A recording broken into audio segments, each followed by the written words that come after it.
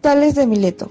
Nació Tales en la ciudad de Mileto, aproximadamente en el 624 a.C. y murió en el 546 a.C. Tradicionalmente se ha considerado a Tales uno de los 7 sabios de Grecia. Del mito al logos. En cuanto a su cosmología, se le atribuye la afirmación «todo es agua», que se ha interpretado en el sentido de que Tales afirmaba que el agua era el elemento originario de la realidad, el principio de todas las cosas, o bien en el sentido de que todas las cosas estaban construidas o formadas por agua. El tema central en Tales de Mileto es el paso de las explicaciones sobre el mundo basadas en mitos en una incipiente racionalidad científica, que se conoce por logos. De sus pensamientos han llegado a 2 ideas originales que explicaban su visión. Sus pensamientos han sido extraordinarios con respecto a los seres aparentemente inanimados pueden llegar a tener vida y que el mundo está lleno de dioses. Él decía que los mitos eran explicaciones sobrenaturales o basados en motivos religiosos. Pues bien, ¿no estás viendo en la actualidad un retorno de los mitos y del pensamiento mítico? Carl Gustav Jung, 1875-1961.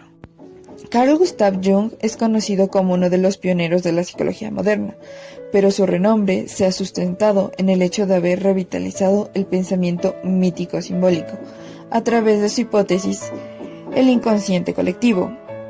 En el hombre contemporáneo, sus estudios sobre mitos, símbolos, religión, artes y filosofía, además de los realizados en el campo científico.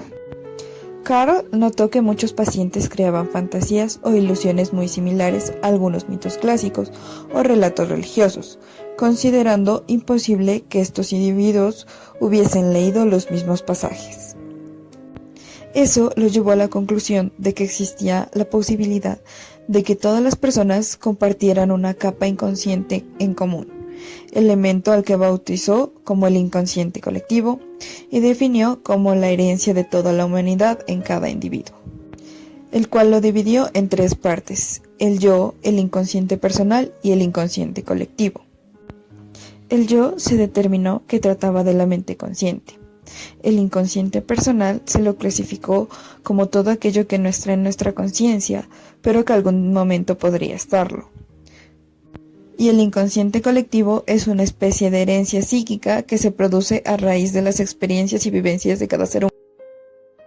Santo Tomás de Aquino nació en 1225 y falleció en 1274. Fue un intelectual conocedor de los filósofos de su tiempo y de la antigüedad. Tenía predilección por Platón y su discípulo Aristóteles. Estudió artes liberales en Nápoles y en esta misma ciudad tomó el hábito de Santo Domingo. Él decía que la persona no es una máquina física, impulsada por estímulos, sino una entidad dinámica motivada internamente por el alma que posee facultades o potencias. Sus obras son muy numerosas, pero sin lugar a dudas la más importante es la Suma Teológica, gran exposición sistemática de su pensamiento. Santo Tomás de Aquino hizo la teoría de conocimiento y realidad, y era un teólogo. Decía que armoniza fe y razón. Esta frase de Santo Tomás de Aquino se refiere a la búsqueda de fe. José Luis Vives nació en 1492 y falleció en 1540, llamado como el humanista desconocido. Hizo el conocimiento científico de las relaciones humanas cuando la humanidad apenas estaba empezando a surgir a duras penas de la ignorancia hacia el periodo del Renacimiento. Con sus nuevos hallazgos, Vives se estableció en la historia como uno de los primeros en otorgar luz a la humanidad para salir de la oscuridad media. Enfatizó la necesidad de ofrecer un trato en contra de la crueldad a los enfermos mentales. Propuso para la psicología una orientación empírica basada en la observación. En 1540 niega el origen sobrenatural del mapa psíquico. Gracias a sus descubrimientos analíticos, lo llevaron a afirmar que la comprensión individual se puede usando un método riguroso de introspección. José Luis Vives fue uno de los filósofos y aportó mucho a la psicología. Wundt, en 1879, Alemania, fundó el primer laboratorio de psicología experimental. Concentró todos los experimentos en la precisión de la medición, enfatizando la importancia de observar todos los objetos en condiciones típicas. Limitar sus observaciones a los procesos más elementales de la conciencia, como tiempos de reacción y percepción, para lograr la objetividad, ya que los procesos más complejos como el pensamiento no podrán ser estudiados en un laboratorio. Wundt estructuró, organizó e hizo en la introspección el principal método del laboratorio de psicología experimental. El psiquiatra suizo elaboró el test Rorschach o manchas de tinta. La prueba ya tiene 100 años de antigüedad. Consta de 10 láminas de mancha, 5 blanco y negro y 5 de colores. Es una de las herramientas principales en la práctica clínica.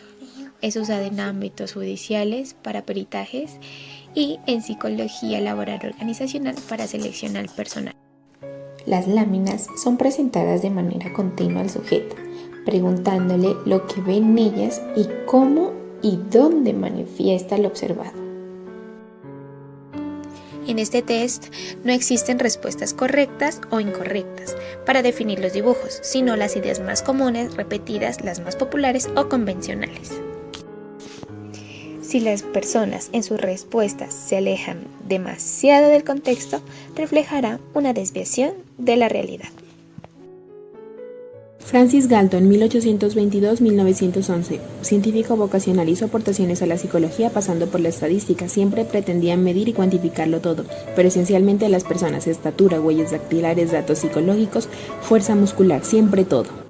La teoría de la inteligencia de Galton, uno de los primeros pensadores que trataron de explicar el intelecto humano, se entendía el intelecto como una herramienta más creada por la evolución y la selección de los individuos mejor adaptados. Como las personas más inteligentes tenían una mayor capacidad para adaptarse, una gran ventaja evolutiva.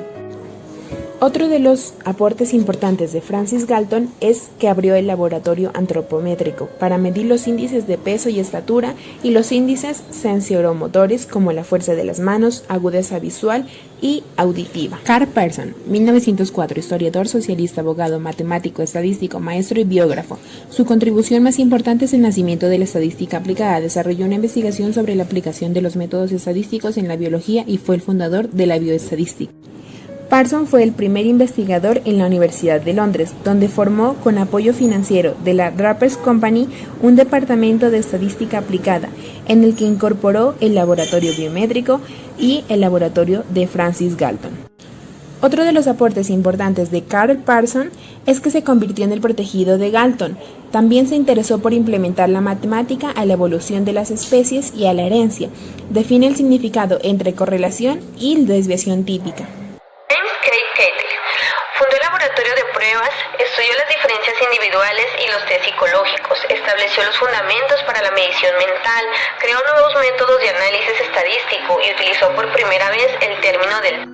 Fue uno de los psicólogos estadounidenses más importantes de finales del siglo XIX y principios del siglo XX. Craig es una figura importante en la psicología gracias a la investigación sobre la inteligencia, su uso de métodos cuantitativos y su enfoque en esta como una ciencia legítima, y de una serie de pruebas psicofísicas, las cuales consisten en dar explicación a todo lo que pasa entre el cuerpo y mente, gracias al sistema nervioso central. Podría decirse que gracias a esto es que comienza la psicología experimental. Hermann Ebbinghaus diseñó los test como pruebas para medir la inteligencia de los niños e investiga el principio de la configuración de las percepciones. Fue un psicólogo alemán que se destacó por sus trabajos experimentales en la medición de capacidad de aprendizaje en el ser humano. Además de esto, publicó varias de las obras de psicología más importantes de la historia e investigó en otros campos como la percepción de color. Fue uno de los primeros en plantear la necesidad de un enfoque científico. En 1886 inauguró un laboratorio de psicología experimental en la Universidad de Berlín. Fue él quien demostró que los procesos cognitivos superiores también pueden ser estudiados científicamente.